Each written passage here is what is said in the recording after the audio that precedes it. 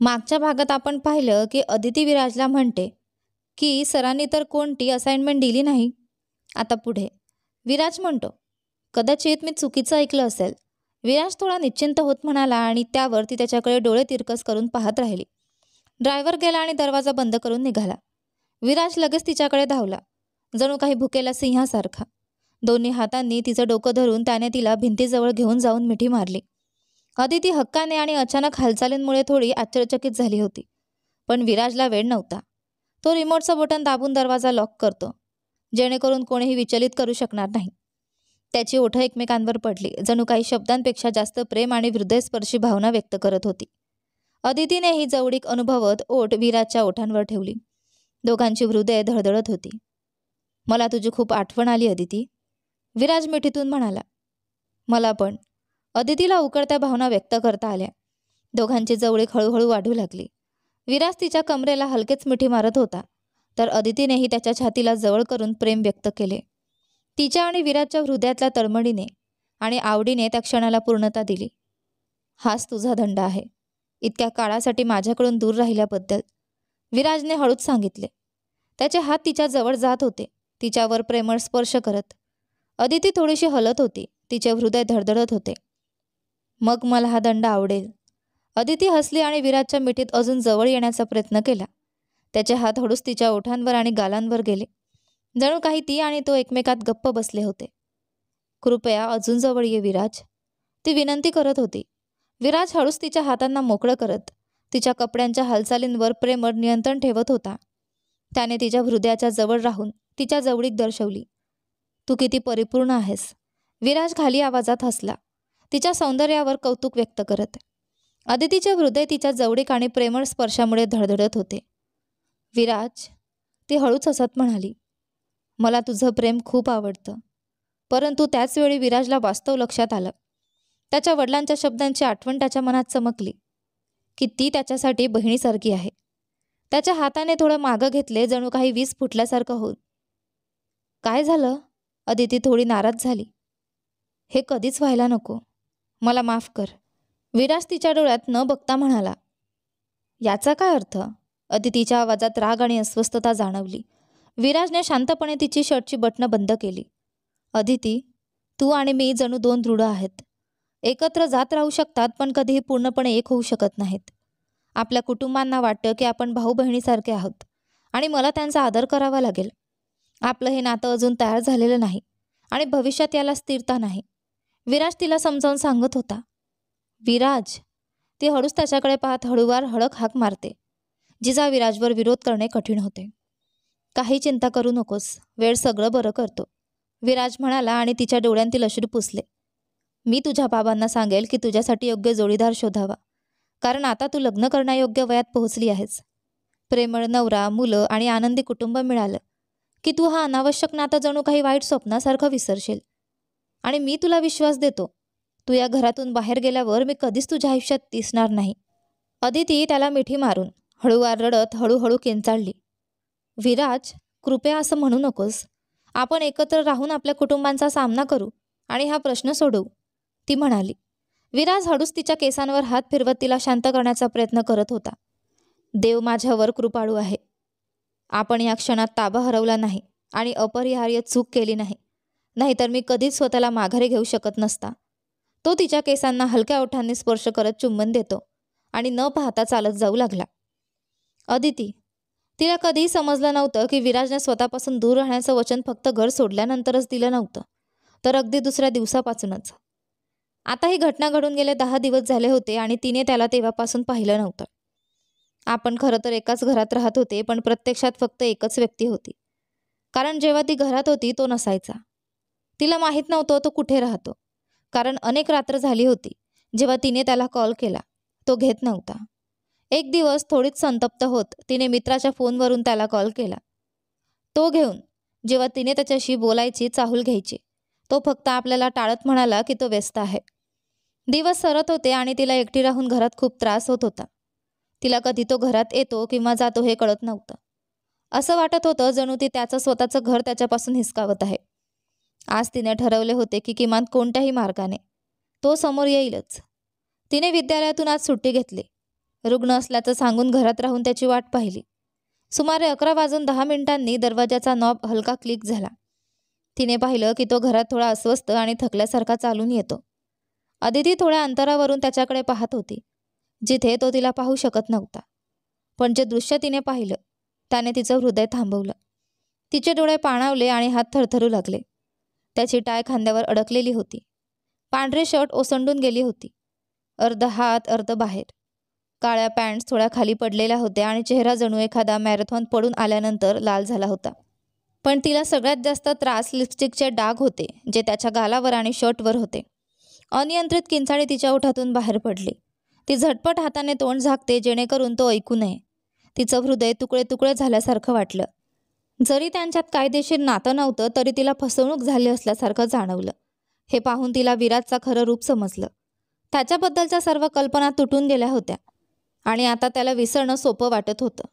तिला वाटलं की आता या घरात राहून शिक्षण चालू ठेवण्याचा काही अर्थ नाही. ती उद्या प्रिन्सिपलशी बोलेल. शिक्षण वर्षाचा सुमारे 2/3 भाग पूर्ण झाला होता आणि उपस्थितीबाबत काही अडचण होणार नव्हती. ती आईबाबांच्या घरी राहून शिक्षण पूर्ण करू शकत होती. दरम्यान शेखर काही दिवसांपासून तिला संपर्क करण्याचा प्रयत्न करत होता, पण तिने त्याचे कॉल दुर्लक्षित केले. पण आज तिने ठरवलं की तिने त्याला कॉल परत करायचा. जर विराज आपल्या भावना कुणाकडे वळवू शकतो तर तीही करू शकते. आपलं काही गंभीर नातं नव्हतं. हॅलो, कसा आहेस? मी तुझे कॉल का घेतले नाही त्याबद्दल माफ कर. तू माझ्यासाठी फक्त एक मनोरंजन विचलन आहेस. ती हसत शेखरशी बोलली. माझ्या परीक्षा आहेत आणि तुझ्याशी बोलल्यास मला अभ्यासात लक्ष लागणार नाही. तू खूप विचलनशील आहेस. ती हसत म्हणाली. अजिबात खेळू नकोस. मला आज तुला भेटायचं आहे आणि तुला इतकी मिठी मारायची आहे की तू पुन्हा कॉल टाळू शकणार नाहीस. शेखर हसत म्हणाला, पण त्याच्या सुरात गंभीरता होती. त्यांनी भेटण्यासाठी रिलायन्स नावाच्या प्रसिद्ध क्लबमध्ये भेट ठरवली, जो मुंबई शहराच्या दक्षिण भागात होता.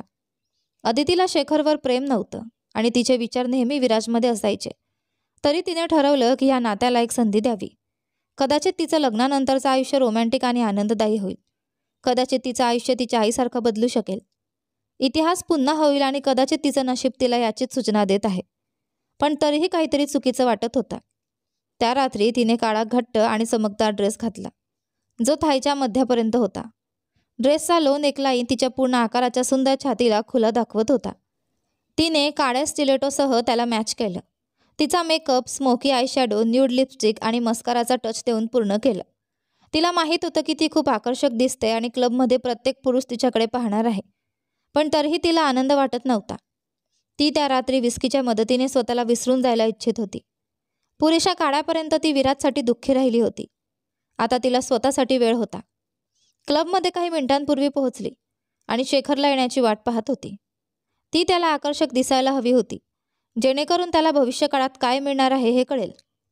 जसे तिने वाईन ग्लास उचलण्यासाठी किंचित वाकली, तिला माहीत होतं की क्लबमधील प्रत्येक पुरुष तिच्या क्लिवेजकडे पाहत होता. मनात ती हसत होती आणि ज्वलंत पेयाचा आनंद घेत होती. आज ती मुक्त पक्षासारखी होती. ना बंधककारक भाऊ, नियंत्रक पिता आणि नाही दबाव आणणारा विराज. ती हसत होती, पण तिच्या हसण्यासोबत अश्रूही होते. हाय सुंदरी, तुला मी एक ड्रिंक देऊ का? एका आकर्षक तीव्र चेहरा असलेल्या आणि गुड स्मिथ असलेल्या तरुणाने तिच्यासमोर पाऊल ठेवले. खूप धन्यवाद, पण माफ करा. ती आधीच कोणासोबत आहे? शेखर तिच्यासाठी उत्तर देतो आणि तिला आपल्या खांद्याभोवती हात फिरवत काहीसा सत्वाधिकार दर्शवतो. ती त्याला उत्साही स्मित देण्याचा प्रयत्न करते, पण अपयशी ठरते, कारण तिचं खरं सुख शेखरमध्ये नाही तर दुसऱ्या कोणातरीमध्ये आहे. शेखर आणि तिच्या सुमधुर रासायनिक झलक पाहून समोरचा तरुण त्याचे हात उंच करून तिथून मागे सरकतो. हाय सुंदरी, कशी आहेस? शेखर तिच्या गालावर एक चुंबन देतो आणि तिच्या पाठीवरून खाली हात हलवतो. ती हसते, पण त्याचवेळी त्याच्या स्पर्शातून दूर जाण्याची उत्कट इच्छा होते. आपण नाचू शकतो का स्वीटहार्ट? ती त्याला फुसक्याने विचारते आणि नृत्याच्या मजल्याकडे इशारा करते, जवळीक टाळण्यासाठी. पण शेखर तिला मागून आपल्या छातीकडे खेचतो आणि तिच्या छातीखाली हात फिरवतो. तिच्या जवळीकीमुळे ती अधिक अस्वस्थ होते आणि तिच्या कमरेमध्ये त्याची उभारी जाणवते. का ती शेखरबद्दल ही तिरस्काराची भावना अनुभवते, जरी तो तिचा बॉयफ्रेंड आहे? अचानक क्लबमध्ये गोंगाट उडतो. लोकांच्या कुजबूज ऐकू येतात आणि त्यांचे भीतीने भरलेले चेहरे दिसतात. शेखर तिला चुंबन देण्याचा प्रयत्न करतो, पण अचानक त्याचे हात तिच्या कडेपासून खेचले जातात. ती श्वासाची सुटका घेत त्याच्याकडे वळते. कसं धाडत करतोस तू तिला चुंबन देण्याचा? लक्षात ठेव, जर तू आपल्या आयुष्यात प्रेम करत असशील तर तिच्यापासून दूर राहा. विराज शुक्ला शेखरच्या पोटावर जोरात पंच मारतो आणि शेखर जमिनीवर पडतो. हात पोटावर धरून रक्त उलटतं. तिचं हृदय हातात उतरल्यासारखं होतं. विराज शुक्ला शेखरवर सलग घातक पंच मारत राहतो. त्याला सोड विराज, ते घाबरून ओरडते. असं होणार नाही, विराज उत्तर देतो. समर, जो आत्तापर्यंत विराजच्या विजयी रागाचे नियंत्रणपूर्वक निरीक्षण करत होता, शेखरची काळजी घेण्यासाठी पुढे येतो. तो इथे कधी पोचला? मी सगळं इतक्या वेळा पाहत होते का? ती डोळे मिटून स्वतःला विचारते. ती डोळे उघडते आणि त्याच्याकडे पाहते की हे सगळं स्वप्न नाहीये. बाकीचे 6 बॉडीगार्ड लोकांच्या गर्दीला नियंत्रणात आणतात आणि विराज तिला हाताने खेचत क्लबमधून बाहेर नेत जातो. घराकडे जाणारी कार शांततेत असते. विराज रागाने जळत आहे आणि ती तणावाने भरली आहे. हे विचार करत की आता तो तिला काय करणार आहे. ती विराजच्या रागापासून सर्वात जास्त भयभीत होती. तो संतप्त झाला की कोणत्याही हद्दीवर जाऊ शकतो. कार मॅन्शनच्या समोर थांबते. विराज शुक्ला लवकरच कारच्या बाजूच्या दरवाजातून बाहेर पडतो. कारतून बाहेर येण्याचा काही विचार नाही का? तो विचारतो. एकाच वेळी माझ्या बाजूचा दरवाजा पकडून आणि दात घट्ट चिरत. ती तिचे बोट हलवत त्याच्या मागे चालते. तू घातलेला या उघड्या ड्रेससाठी वैश्यासारखी आहेस का? तो लगेच विचारतो. दरवाजा लॉक करताच आणि वरून खाली तिला घृणास्पद पाहतो. ती येणाऱ्या राड्याला थांबवण्यासाठी ओठ दातात घट्ट धरते.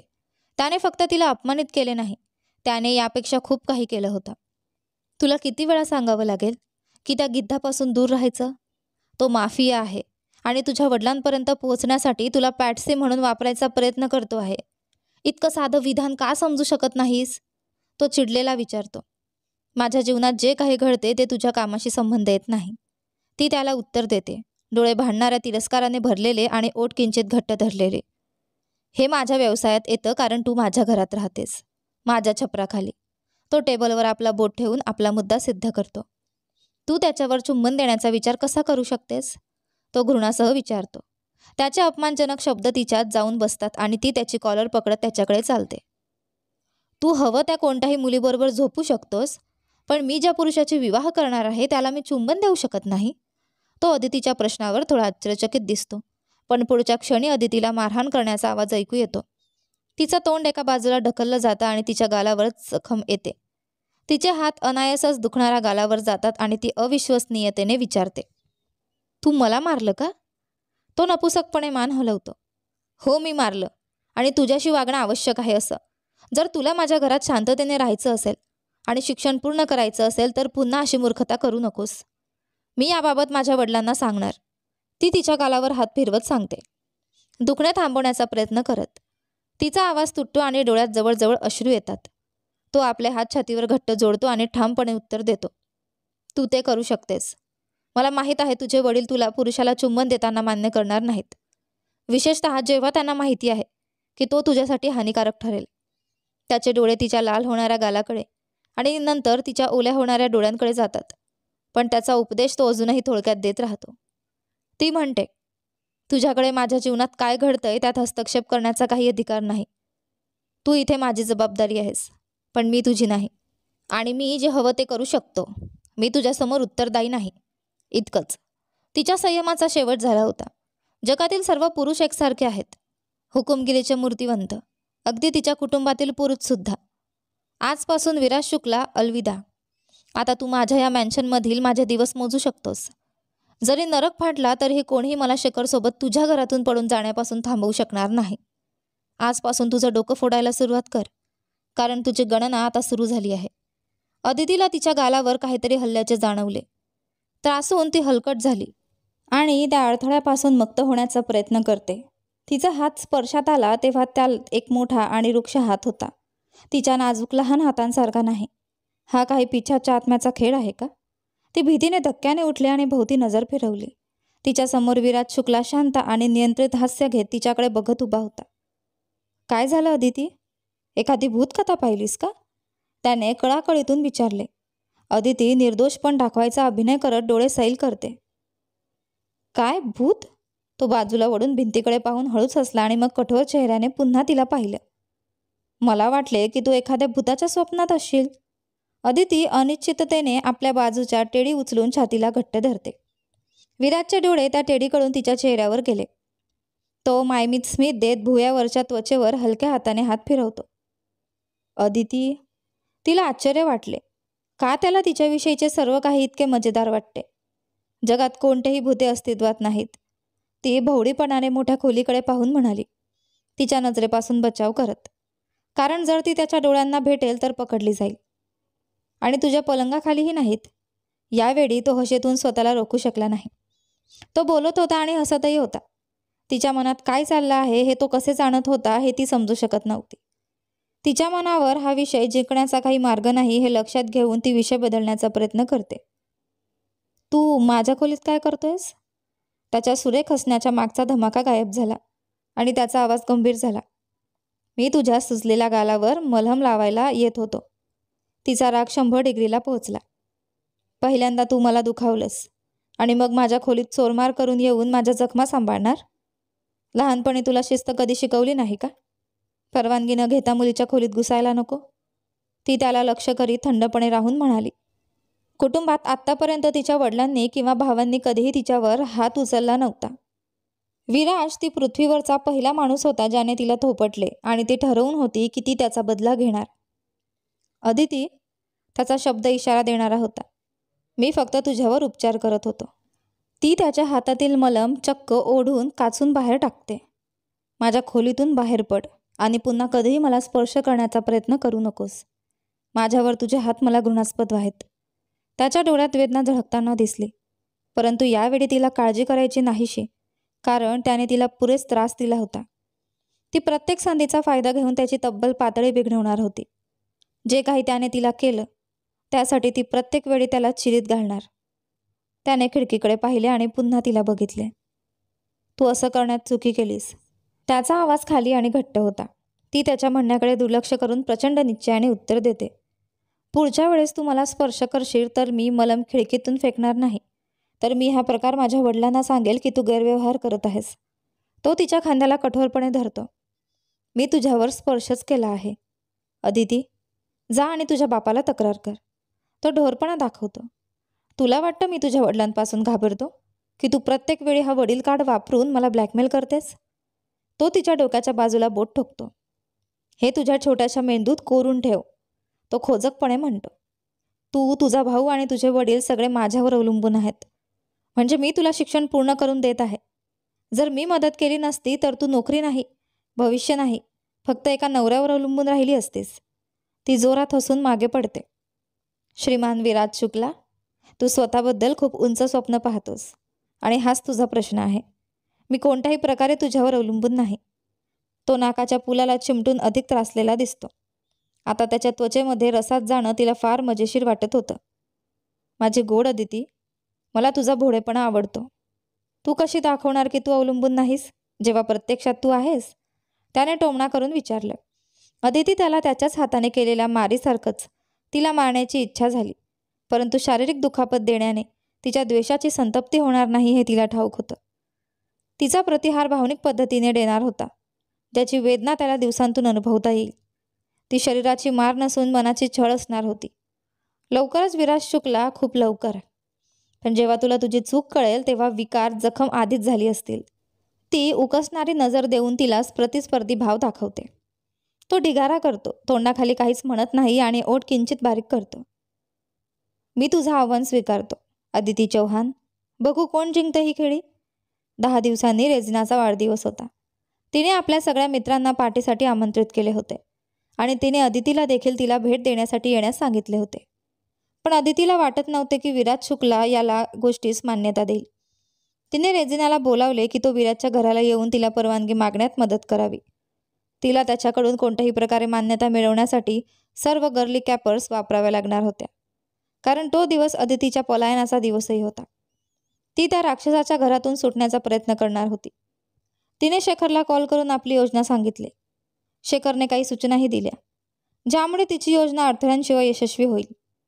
शेवटी तो दिवस आला, अदितीच्या पलायनाचा दिवस आणि रेजिनाचा वाढदिवस. रेजिना तिच्या घरात म्हणजेच विराजच्या घरात अदितीला वाढदिवसाच्या निमंत्रणासाठी आली. अदितीने आपला निर्णय 2-3 वेळा विचारला, पण दुसरा मार्ग नव्हता. तिला धाडसी पाऊल उचलावे लागले. त्या माणसाबरोबर राहण्याचा काही उपयोग नव्हता, जो तिच्या आयुष्याला महत्त्व देत नाही. तिच्या अस्तित्वाचा आदर करत नाही आणि तिला फक्त त्याच्या घरातील कचऱ्यासारखे मानतो. अदितीने विराजला कोणतीही लाज न बाळगत सांगितले की ती त्याच्यावर प्रेम करते, पण त्याने तिला नाकारले. शाळेत असताना एकदा नाकारले गेले होते आणि आता ही दुसरी वेळ होती जेव्हा तिला त्याचा नकार भोगावा लागला. ती त्याच्यासोबत राहू शकत नव्हती. प्रत्येक वेळी त्याच्याकडे पाहिल्यावर तिच्या अपयशाचा तिरस्कार तिला चटकन जाणवत होता. त्याच्या नकाराचा स्वीकार करणे तिच्या हृदयाला अधिक सहन करता आले नाही. शाळेत अनेक मुलांकडून प्रस्ताव आले होते, पण तिच्या अस्तित्वाबद्दल जाणीव झाल्यापासून आकर्षित केलेला एकच पुरुष होता, विराज शुक्ला. जेव्हा तिने त्याला विचारले की तिच्याशी हे वर्तन का केले, प्रस्ताव का नाकारला, त्याच्याकडून मिळालेले एकच उत्तर होते, अदिती, तू आणि मी ह्या 2 रेल्वेच्या पट्ट्या आहेत. एकत्र जातील पण कधीही एक होऊ शकणार नाहीत. अदितीने शेखरला कॉल करून योजना बनवली. शेखर हा एकमेव पुरुष होता जो तिला समजतो. तो तिच्यावर हुकुमगिरी करत नाही, जसा तिचा अज्ञानी भाऊ किंवा विराजसारखा मूर्ख करतात. तो तिला पतिव्रतासारखं महत्त्व देतो, सर्व निर्णयांमध्ये योग्य महत्त्व देतो. तोच तिच्यासाठी योग्य पुरुष होता. प्रेम नेहमीच विवाहापूर्वी येते असे नसते, कधीकधी उलटही होते. तिच्या आईचे जीवन याचे सर्वोत्तम उदाहरण होते. जरी ती शेखरवर विराजसारखे प्रेम करत नसली तरी तिचे जीवन विवाहानंतर गुलाबांच्या फुलांच्या रांगेसारखे सुखी होईल असे तिला वाटत होते, जसे तिच्या आईचे झाले होते.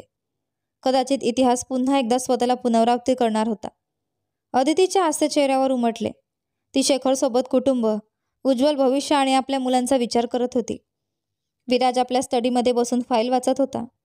अदिती रेजिनासोबत थोड्या मानसिक आधारासाठी दरवाजावर ठोकते. जरी तिचे पाय धडधडत असले तरी ती विराजसमोर आत्मविश्वासपूर्ण दिसत होती. Hello, good morning sir. मी रेजिना, अदितीची मैत्रीण. आज माझा वाढदिवस आहे आणि माझे सर्व मित्र येत आहेत. मला खूप आनंद होईल जर अदिती माझ्या सेलिब्रेशनमध्ये सामील झाली, ती म्हणाली. विराज फाईल बाजूला ठेवून तिला पूर्ण लक्ष देतो. अदिती, तुला तुझ्या मैत्रिणीच्या वाढदिवसाच्या पार्टीला जायचे आहे का? ती आनंदात आपली हसणारे डोळे फेकत होकार देते. कदाचित त्या राक्षसाच्या हृदयात थोडी मानवी भावना होती. ठीक आहे, जिनेश तुला तिच्या घरी घेऊन जाईल. विराज शुक्ला आपले डोळे रेजिनाकडे फिरवतो. सर, मी माझी कार आधीच आणलेली आहे. मी माझा पत्ता तुम्हाला देते आणि संध्याकाळी माझा ड्रायव्हर येऊन अदितीला परत आणू शकेल. विराज एका पायाला दुसऱ्या गुडघ्यावर ठेवून मागे झुकतो. त्याचे बोटं हातातील पेनसह खेळत होते. रेजिना मॅडम, मला माफ करा, पण मी कोणाच्याही सूचनेचे पालन करत नाही. मी फक्त आदेश देतो.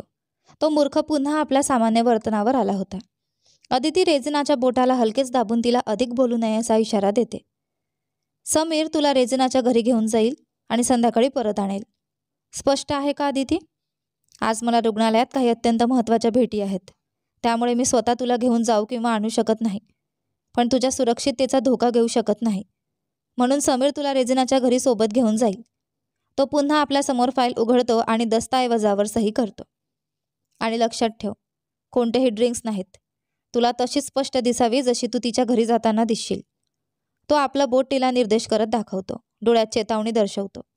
फ्रिकिंग डोमिनेशन पर्सनिफाईड डन्स, अदिती मनात विचार करते. हीच तिची पलायनाची संधी होती. ती त्याच्याकडे निर्दोष पप्पी डोळे टाकते, जसे एखाद्या बाहुलीने केले असते, ज्यामुळे त्याच्या भावनांमध्ये बदल दिसायला लागतो. समीर संपूर्ण पार्टीमध्ये माझ्यासोबत राहणार का? ती काळजीने विचारते. जर तसे झाले तर तिची संपूर्ण योजना लॉन्च होण्यापूर्वीच फ्लॉप चित्रपटासारखी फसणार होती. त्याबद्दल काळजी करू नकोस स्वीट केक्स. तो तुझ्या खाजगी वेळेत विघ्न आणणार नाही. तो कारजवळ कुठे पार्क करेल, पण जर तुला गरज भासली तर तो तिथे असेल. पण कॉल करण्यास अजिबात संकोच करू नकोस, ठीक आहे? तो हळू आवाजात विचारतो आणि तिच्या डोक्यावर हलकेच हात हलवतो, जणू ती फक्त 3 वर्षांची मुलगी आहे. अदिती मनात आनंदाचं नृत्य करते आणि त्याच्याकडून पळून जाते. ती त्याच्या हुकुमगिरीच्या राज्यापासून दूर पडते आणि तिच्या कुटुंबापासून धडपडत सुटते, ज्याला कोणी मागे शोधू शकणार नाही. भूतकाळ कितीही कठीण असो, तिचे भविष्य आता हिरवेगार आहे.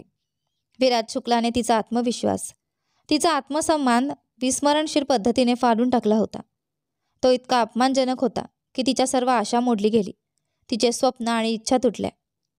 अलविदा विराज शुक्ला, तुझं अधिराज्य, हुकुमगिरी आणि प्रबळ श्रेष्ठतेपासून. दुसरीकडे भूतकाळ.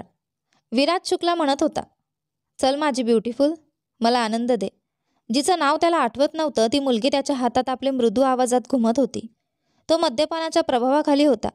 त्याला माहीत नव्हते की ती कोण होती आणि तो तिला कसा बेडवर पोहोचवलं पण निर्दोष अदितीची सुवासना नेहमीच त्याच्या मनात आणि शरीरात खुणावत राहणार होती, जरी तो विसरण्याच्या मद्यपानात असला तरी.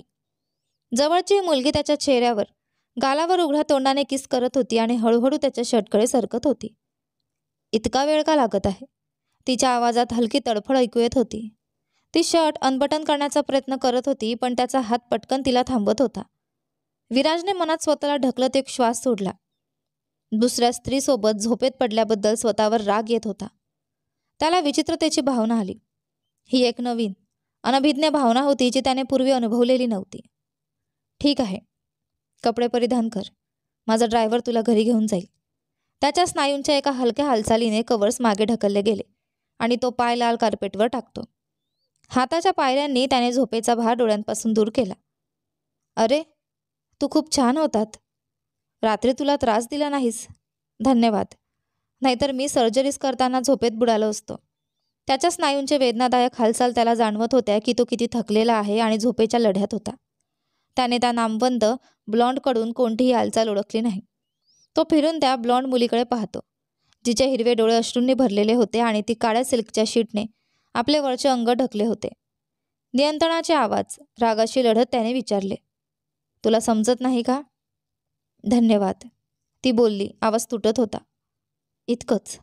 डोळे मिटून त्याने नाकाचा पूल दाबला. स्त्रीला जाऊ देणे त्याच्यासाठी नवीन होते, कारण पूर्वी तो नेहमी सेक्ससाठी तयार होता. पण जेव्हा तो आदेश देत असे, स्त्रिया सहसा त्याची जोखीम ओळखून वाद करणे टाळत. ऐक मुलगी, तुझे नाव काही असो, तुला उठून जावे लागेल आणि जावेच लागेल. त्याची गंभीरता ओळखून नामवंत ब्लॉन्ड उठली आणि कार्पेटवर ढकलत कपडे उचलले. शांत झाल्यानंतर विराज उभा राहतो आणि हॉटेलच्या खोलीच्या फ्लोर टू सिलिंग काचेच्या खिडकीतून जाऊन बाहेरच्या गर्दीच्या रस्त्याकडे पाहतो. यानंतर पुढे काय झालं ते पहा आपल्या कथेच्या पुढच्या भागामध्ये. पण तोपर्यंत तुम्हाला आपल्या ह्या कथेचा हा भाग कसा वाटला मला कमेंट करून नक्की कळवा. पुढचा भाग ऐकायचा असेल तर जास्तीत जास्त कमेंट आणि लाईक करा. धन्यवाद.